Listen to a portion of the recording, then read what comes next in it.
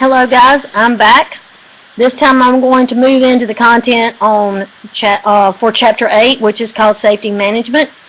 At the beginning of Chapter 8, it talks about the terms unintentional injury, which is also known as accident. The textbook indicated that this term, unintentional injury, has replaced the term accident when referring to injuries sustained by children. Childhood injuries most often happen due to environmental hazards, lack of appropriate planning, lack of adult supervision, and the immature development of children. I wanted to point out the very first checklist in Chapter 8 is actually a table, 8-1, it's in the yellow box. Like I said in the previous video, I'm pointing out a lot of checklist tables, graphics in these two chapters, but the information that I'm pointing out is important for activities that we will be doing upcoming as we get into the safety unit. But the one 8-1 is just talking about the percentages of deaths based on various causes of children ages 1 to 4 and 5 to 9. Very interesting information. I think I told you guys I liked looking at statistics, just don't like doing statistics. I'm not a statistician, and I can't say that word.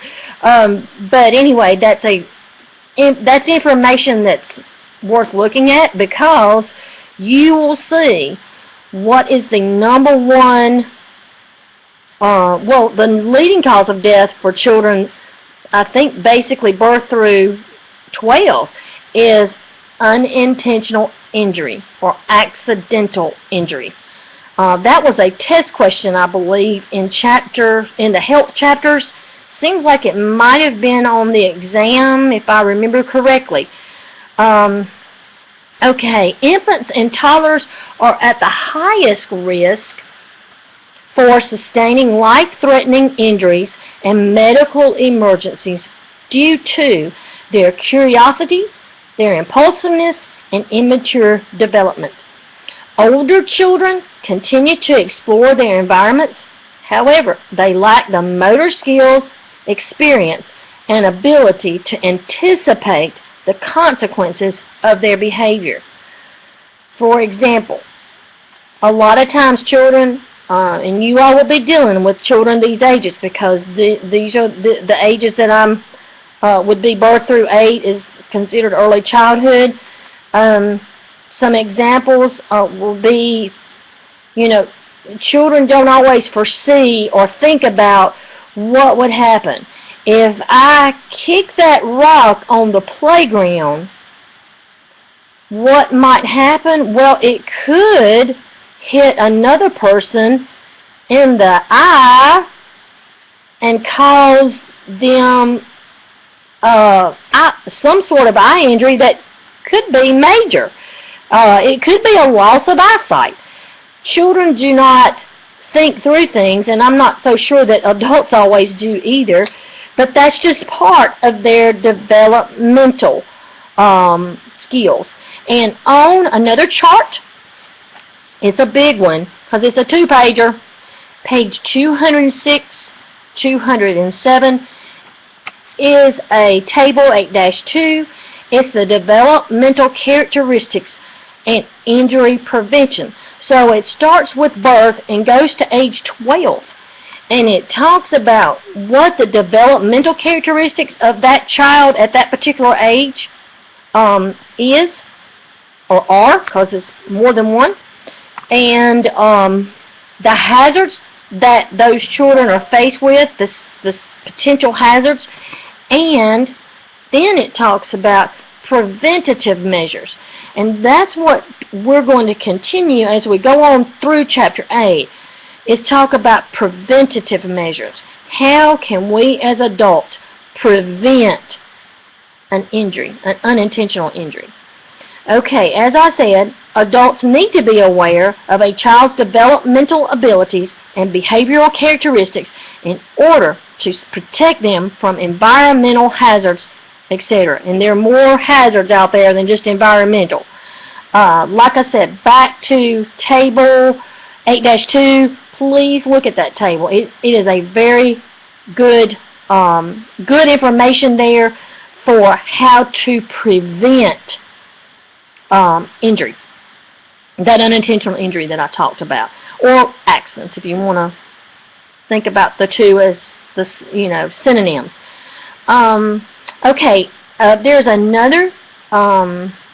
Let's see. I think it's a figure. It's a table. I'm sorry.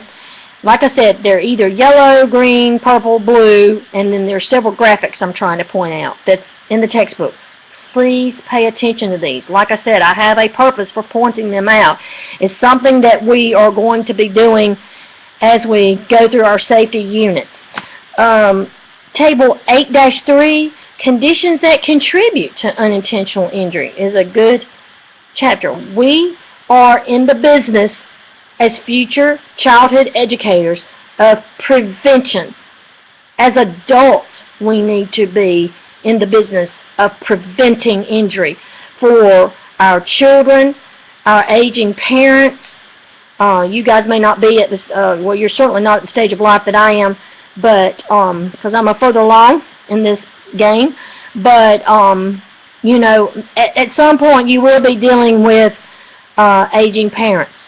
So, you know, we've got to protect these vulnerable people, whether it be a child or an elderly person.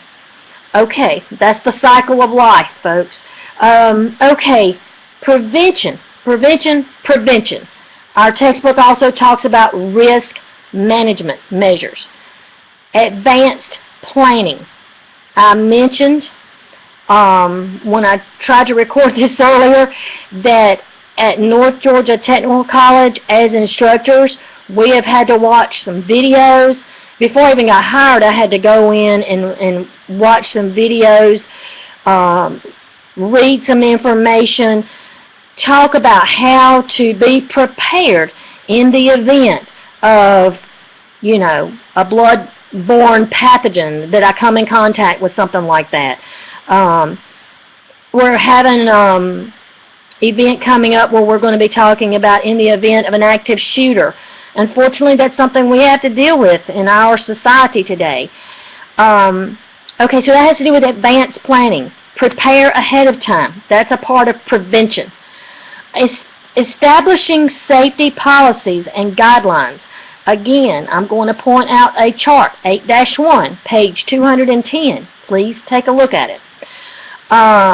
Another way to prevent unintentional injury is quality supervision, safety education for the children and the adults that work with the children. Implementation of safety practices.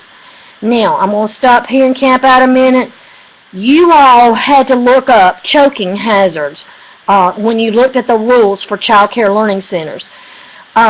When that particular question, I did clarify this, so that's why I didn't take off or take away credit for you if you answered it differently.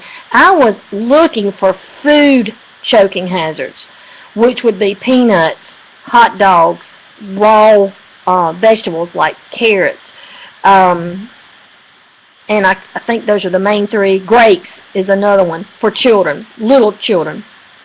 But some of you pointed out that in that document you found some information about toys and equipment that would be found in an early childhood classroom.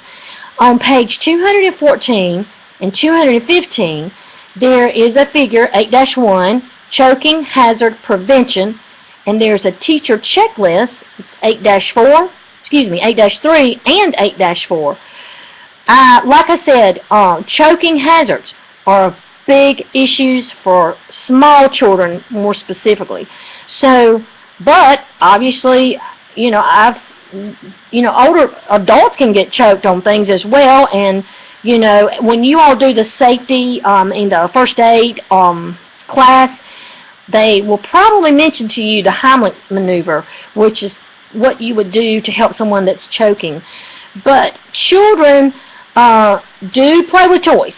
And a lot of times toys and equipment, it may not be too small to go down an adult's mouth, but it would be too small for a child. So there is a good graphic there in the textbook that shows information about toy choking hazards. And anyway, children come in contact with these things. Okay, we want to be safe and have a safe classroom.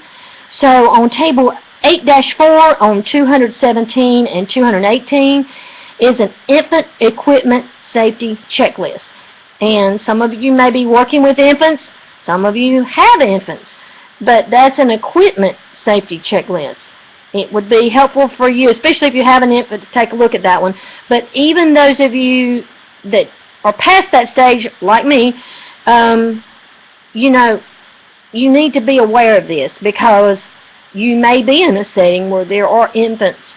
And anyway, there are others. In the classroom, there is a list of safe use of electrical appliances, which is a checklist on 219, 8-5. There is a list of safe art materials, which is page 220, which is another checklist. And I'm going to camp out here just a second. I mentioned environmental hazards. Art materials can be an environmental hazard. Think about paint, for example. Children in a preschool classroom are going to be painting. That's a good, fun thing to do.